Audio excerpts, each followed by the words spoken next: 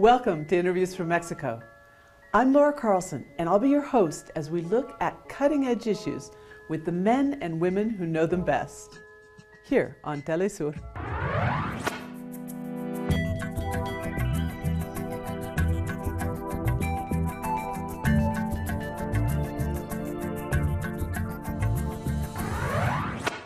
In the month of October, an exodus occurred of what some people say are up to 10,000 Central Americans who left their countries, primarily Honduras, and migrated to Mexico in hopes of going to the United States.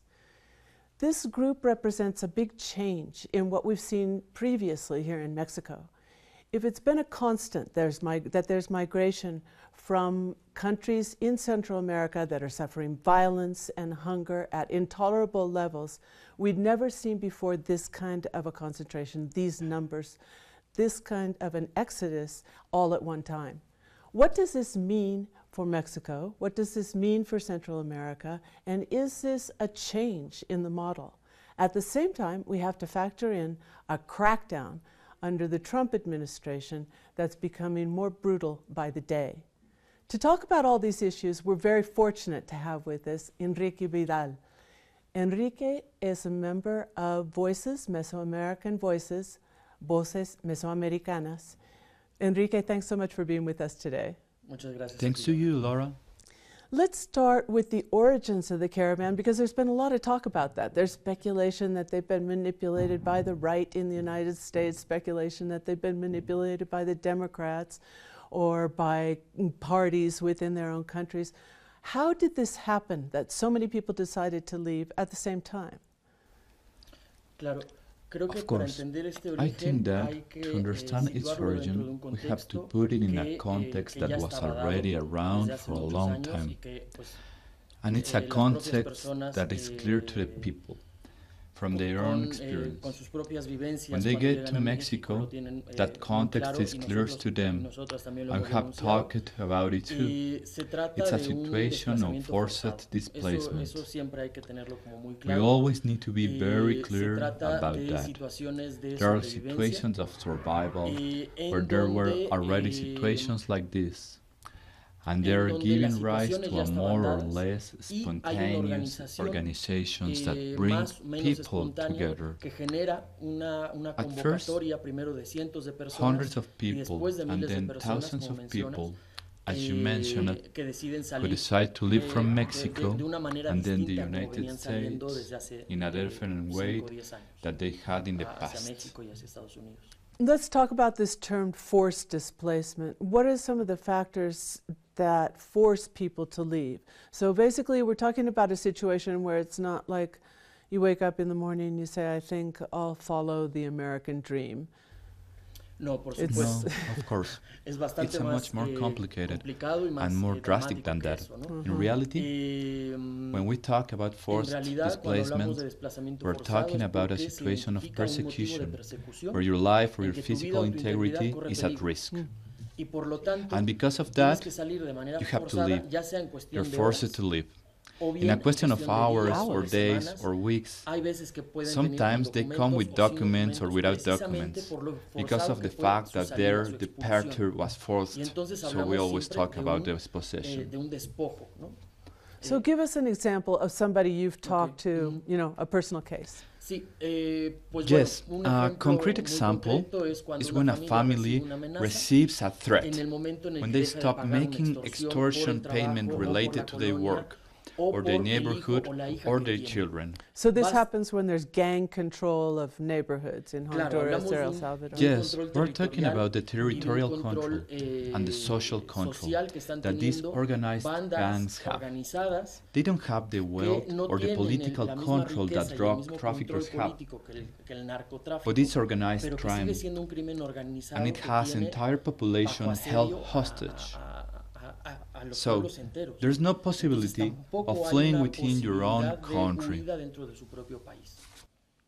Well, we should tell the audience that Mesoamerican Voices is a grassroots organization, an independent organization that has worked for years, mostly on the southern border of Mexico, as well as into Guatemala. So they've been following these processes for a long time. You've been watching what's happened with migratory flows, which, as we know, have been a constant in one way or another.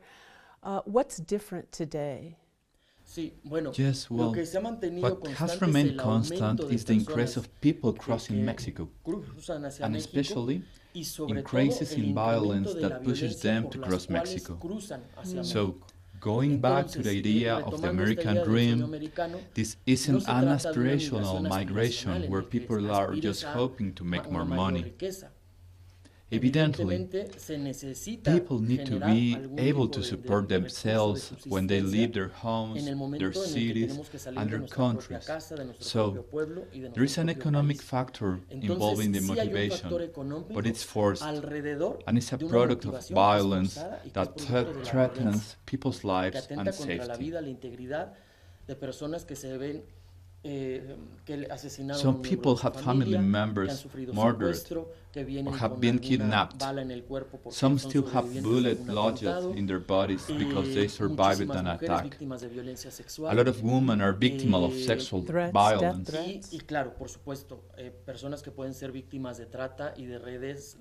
Yes, of course.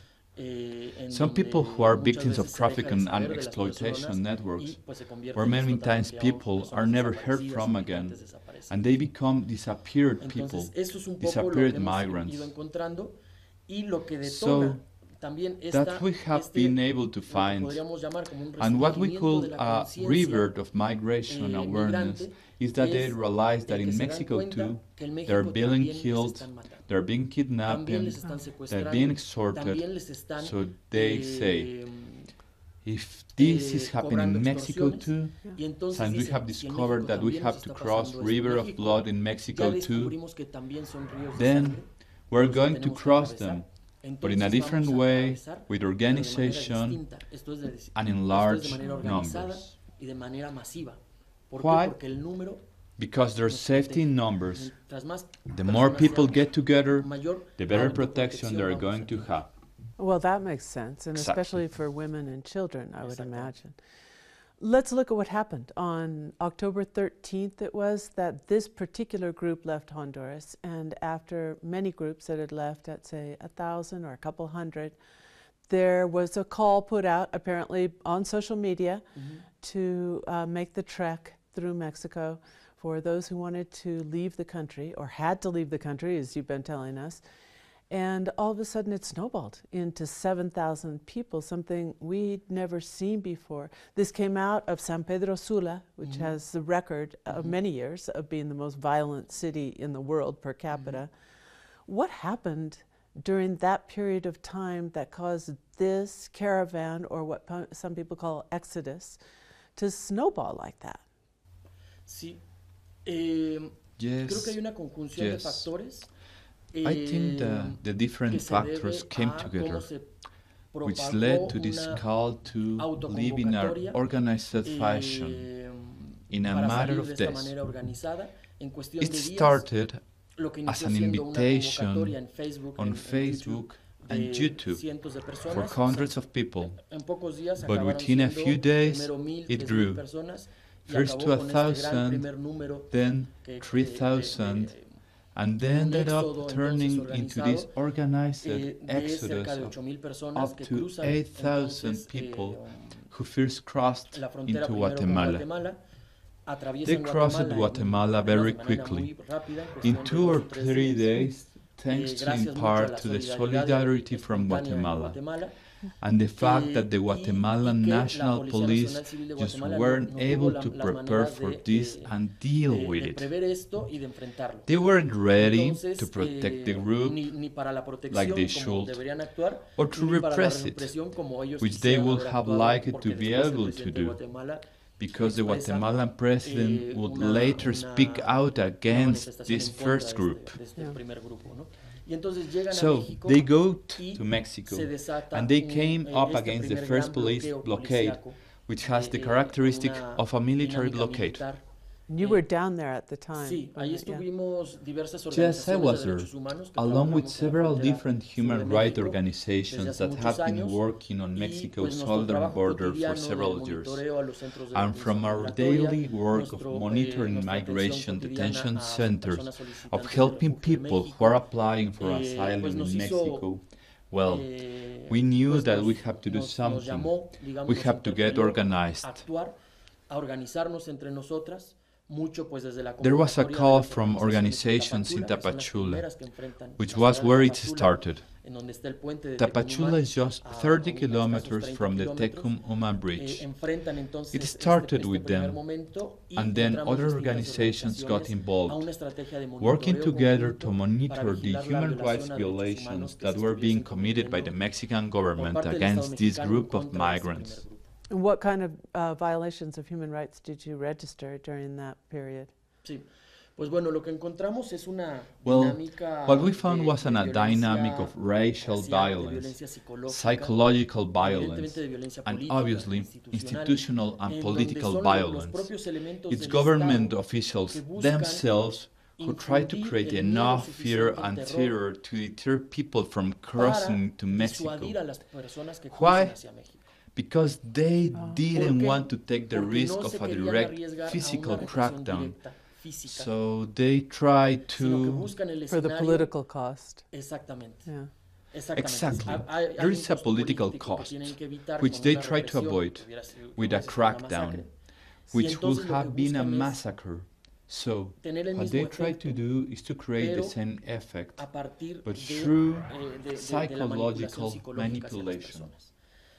¿Qué fue lo que observamos? Helicópteros volando a muy bajo, What did we a see? muy bajo Helicopters distancia. flying low over the migrants, Observamos, the sound of el sirens, sonido de las drones, sirenas, calls that drones, they were saying that llamados people a que la couldn't gente be no podía there, estar allí, that they a had que no no tenían ningún rights. derecho. They took Quitaron all a of the todas las routes balsas del out río of the Suchiate, Suchiate River, cotidianamente which cruzan hundreds of thousands of cientos de people, miles de personas, well, decenas de miles de personas, tens ¿no? of thousands of people cross Yeah, every day. including people who take products back and forth to Claro, sell. claro, hay and una vida transfronteriza, Yes, es lo que llamamos there's a una vida natural transfronteriza, cross-border natural, life in Yeah. that en region. esa región.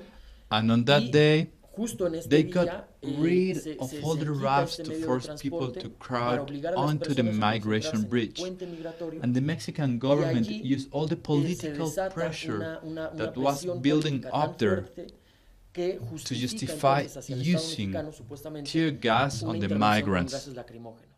Y aquí se genera And la that primer was the gran first big crisis humanitarian humanitaria, crisis que pudimos that we observar. were able to observe. A partir de este After día, that day, entonces, then pues, the different desde distintas instancias se organizations hace un called llamamiento al upon Estado the mexicano Mexican a government no to provocar prevent una situación another así, situation porque va a like tener that, costo de vidas humanas. because it will be very Y likely lead hacia to el día deaths. siguiente permiten entonces el paso de las So, personas en the paz. next day, they allowed people Y de to esta cross manera, on pues, rafts, inicia and from un there, recorrido the hacia- caravan primero went to hacia Ciudad Hidalgo, Hidalgo. and the next day, there was another Al día very siguiente, serious tuvimos episode of otro police escenario de repression, represión policíaca muy with fuerte, around con 1,000 cerca de riot 1000 police. granaderos o Again, antimotines.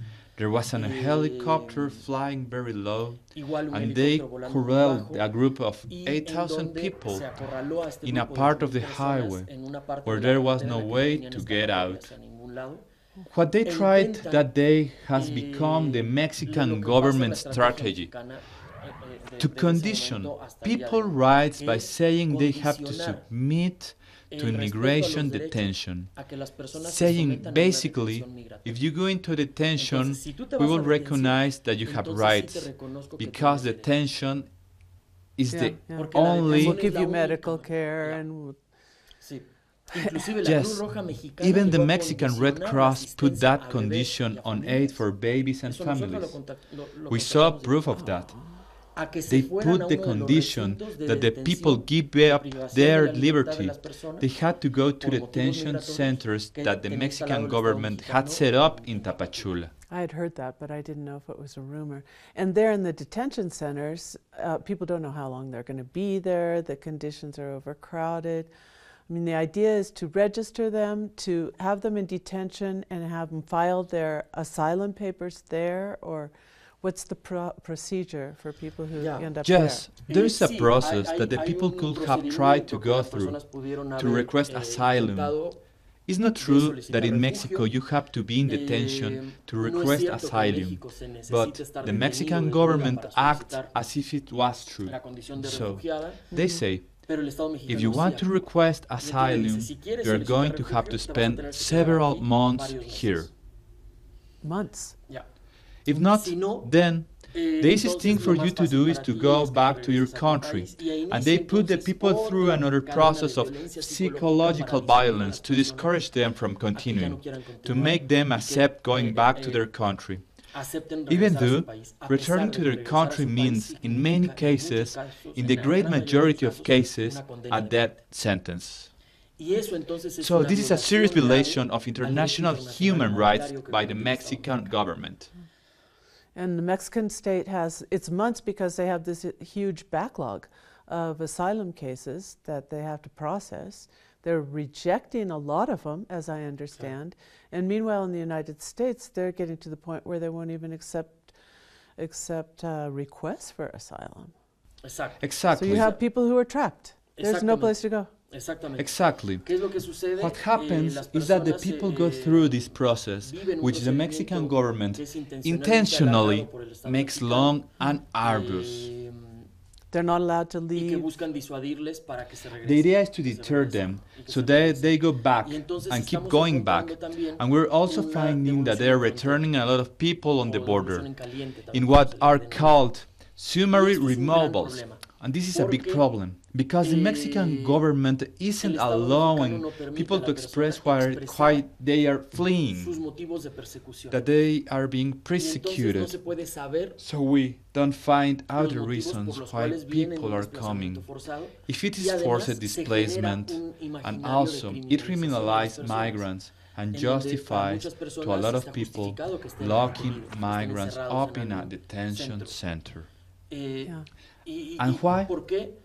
Just because they are migrants.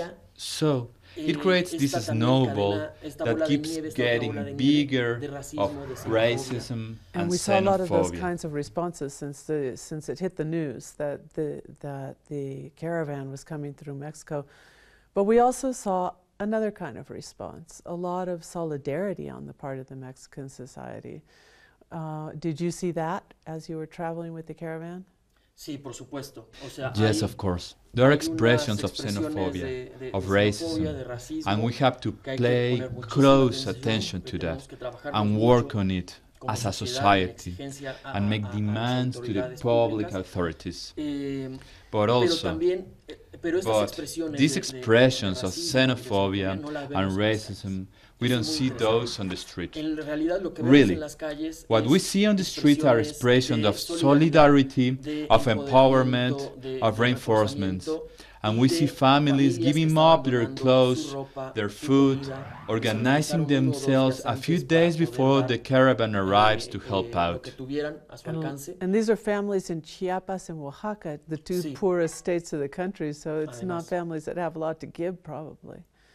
When they got to some of the bigger cities, the environment was a little more hostile sometimes. But when they were going through small towns and communities, the expressions of solidarity were huge, and they were places where lots of people from Central America had already passed through.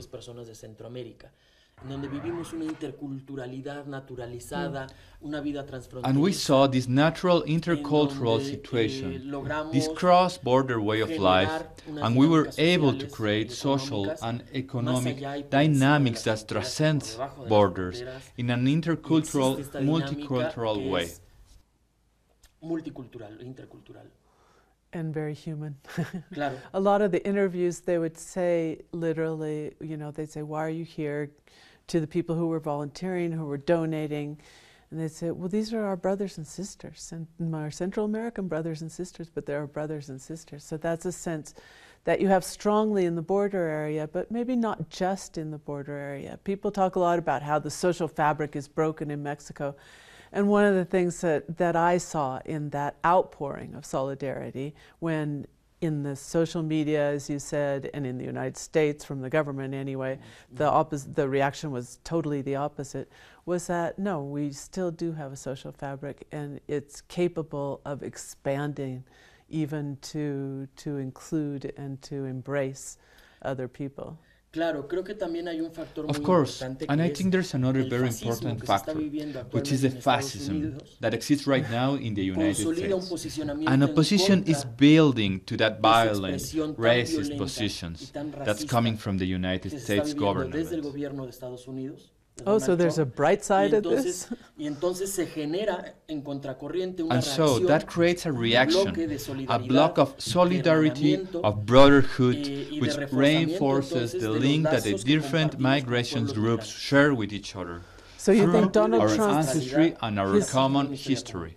So his hardline attitude actually created a reaction contrary to what he was trying to do, you know, with people Claro. coming up and saying, that's not us, that's not the way we feel about this, and doing completely the opposite. Claro, y Of tenemos que course, dar el ejemplo. and the Mexican Y los people pueblos en have to be an México lo han example for the estado world, dando. which we have Actualmente, been doing. el Today, día de hoy hay there are cerca de close to 1,500,000 1,500, Chiapas a Oaxaca. 1,800 people en un crossing segundo, from tercer Chiapas to éxodo. Oaxaca Hay otro in a grupo, second que está and saliendo de third Tapachula el día exodus. de hoy, también de There is cerca de another 2,000 group that personas is leaving de Tapachula Honduras y de El today, Salvador, a ya group bastante of about mezclado entre las 2,000 nacionalidades. people from Honduras and El sigue habiendo Salvador. muchísimas muestras de This group is pretty solidaridad. mixed between the two Inclusive lo nationalities, que hemos podido and observar, there are sobre still todo en los many primeros displays días, of eran familias solidarity. que daban hasta dinero en efectivo. We even Decían, seen, especially yo ahorita in no the first tengo few algo que days, cocinar, family tengo ya giving más ropa, money pero in bueno, cash, iban dando saying, billetes de 50 right now a I don't have familias anything to cook, en donde I don't have principalmente any había extra mujeres y clothes, bebés, but ¿no?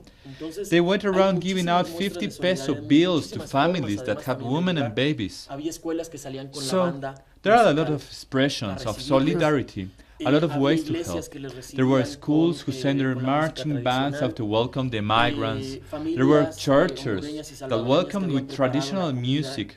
There were regional de Honduran and Honduras y Salvadorian de El families Salvador that para had prepared recibirles. regional Se food organizaban from misas Honduras and El católicas o Salvador to ceremonias welcome them. cristianas. They Y organized todo esto iba Catholic reforzando masses mucho or Protestant la, services. la, And all of those things el ánimo really de las raised personas people's para spirits contrarrestar la and violencia counteracted the que psychological estaban viviendo violence por that the Mexican un Estado government mexicano was que en putting them realidad, through. pues, es un Estado sometido And really, a the este Mexican fascismo government is subservient que se to ha the ido growing incrementando en Estados fascism Unidos in the United y que, States. pues bueno, factiblemente And it's become a publicity stunt in the elections, whether you believe or not that the right wing or the Democrats actually sparked this exodus, and there doesn't seem to be a lot of evidence for it.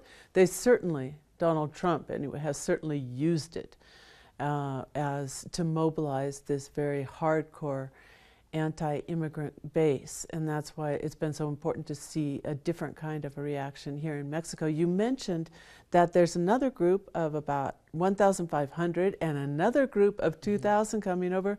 So can we expect this to be the new normal in terms of migratory flows on the southern border? And what kind of new challenges does it present? sí. Yes, pues bueno, well, para las personas for the people, que creo que I sí think va a that it will empezar a be a ser tool that una they will herramienta start to que use, empezarán a utilizar, a una new herramienta tool, nueva which they are que están discovering. descubriendo. To migrate in large numbers. Y todo va a depender, sí, claro, de Yes, venir de that's manera, right. To masiva, come ¿no? massively Antes in a big pensábamos group. que un grupo masivo We used to eran de think 200, 300 that a personas. massive group Yeah. meant like Y en unos días 200, despertamos con que 300 people, grupos de and a 200, few 300 days ya eran later, pequeños en groups of comparación a 2 otros or de 300 cómo se are estaban small organizando. groups in Creo que esta forma de comparison to some of organización these other es groups. muy válida. Está I think teniendo this form of resultados organization porque, is quite valid. Son It's already familias que de showing otra results manera because this hubiesen family sufrido o la otherwise detención would have migratoria been put in y detention la centers extorsión por and parte de las extorted by autoridades Mexican mexicanas, o bien que authorities, hubiesen sido or would víctimas have del been crimen victimized by organizado. organized haciendo. crime in Mexico. And that's not happening Hasta el so momento. far. The conditions are really rough, but they don't have that kind of a problem to confront. Exacto. Okay. Exactly. Entonces, So, ¿de qué va a depender will de, this de, become de si a new esto method va of operation for a hacer migration? un nuevo modus operandi It depends de, on de how estas the expresiones different governments migrantes? try Va a to ser take advantage el of nivel de it, instrumentalización que like lleguen a hacer the algunos government gobiernos, of como el de Donald Trump, evidentemente. obviously. But the Well- migrants don't really seem to respond to that. I mean, it doesn't really enter into their calculations, what Trump is doing in terms of using it as an issue. It seems like, anyway. there is a certain rebelliousness and resistance and an expression of rebellion against the system that says, we don't care about your laws, we'll go wherever we want to, because we have legitimacy as victims of this structure, this economic and political system. And we don't have options. Yeah. And there's no other option. Si hay un diálogo, so there is a dialogue, an action, and a reaction. For example, the biggest group released a communique in response to Enrique Peña Nieto when he made that joke of an offer to relocate them in Chiapas and Oaxaca. So we're going to see how the US and the Mexican governments react, because in Mexico too, on December 1st, we're going to have a change, which could have more consequences for migration policy than in other areas.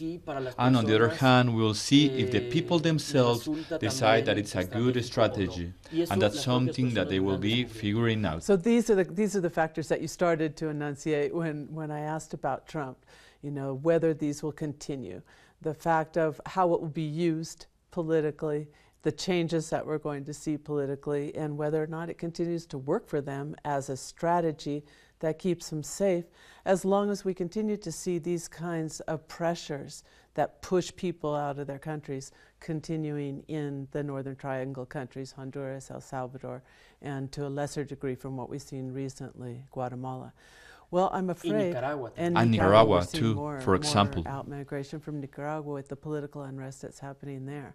Exactly. It doesn't look like those push factors are going to be ending anytime soon. So this is going to be a challenge, a principal challenge for the new government and for society itself in recent times. Well, we've come to the end of the program, unfortunately. Sí. Kike, thanks so much for being with us. It's been really informative, and it's just such a critical issue. Of course. Thanks you, Laura, for the space. And thanks to you. We'll be back next week on Interviews from Mexico.